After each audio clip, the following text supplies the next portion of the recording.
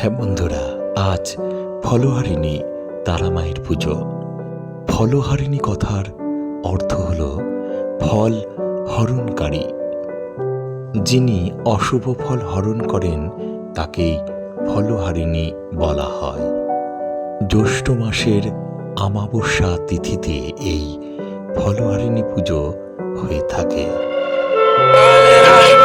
হিন্দু মতে বিশ্বাস করা হয় এই তিথিতে দেবীর পুজো আরাধনায় অশুভ কাজের ফল নাশ হয় এবং শুভ ফল প্রাপ্ত হয়।